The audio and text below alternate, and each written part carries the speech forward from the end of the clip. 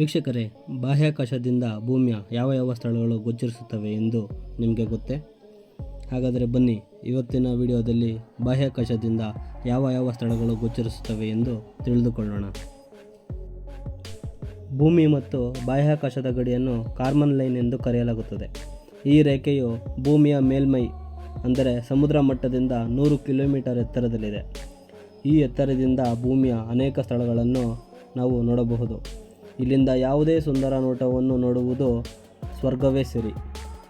ಬಾಹ್ಯಾಕಾಶದಿಂದ ಮೊದಲಿಗೆ ಬಿಂಗ್ಹ್ಯಾಮ್ ತಾಮ್ರದ ಗಣಿ ಅಥವಾ ಬಿಂಗ್ಹ್ಯಾಮ್ ಕಣಿವೆ ಗಣಿ.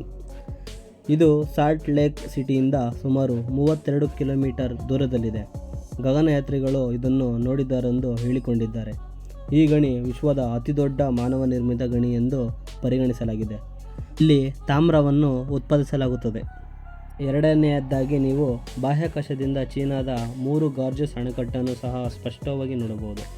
ಇದು ವಿಶ್ವದ ಅತಿದೊಡ್ಡ ಅಣೆಕಟ್ಟು ಮತ್ತು ಇದನ್ನು ನಿರ್ಮಿಸಲು 2.5 ಲಕ್ಷ ಕೋಟಿ ರುಗಿಂತ ಹೆಚ್ಚು ಖರ್ಚು ಮಾಡಲಾಗಿದೆ.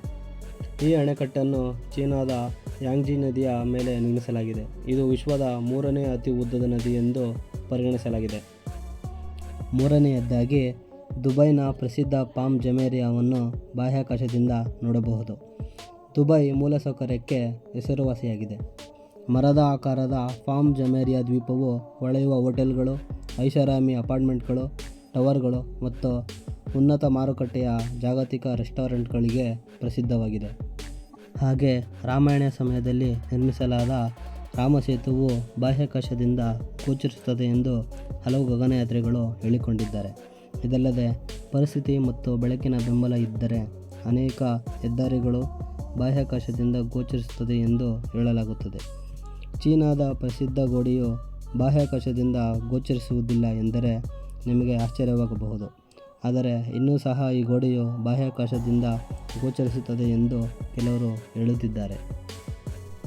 ವಿಡಿಯೋ ಇಷ್ಟವಾದಲ್ಲಿ ಲೈಕ್ ಮಾಡಿ, ಸಬ್ಸ್ಕ್ರೈಬ್ ಮಾಡಿ ಹಾಗೂ ಬೆಲ್ ಬಟನ್ ಪ್ರೆಸ್ ಮಾಡೋದನ್ನು ಮರಿಬೇಡಿ. ಇದೇ ರೀತಿ ಇಂಟ್ರೆಸ್ಟಿಂಗ್ ವಿಡಿಯೋಗಳ ಮುಖಾಂತರ ಮತ್ತೆ ಭೇಟಿಯಾಗೋಣ. ನಮಸ್ಕಾರ.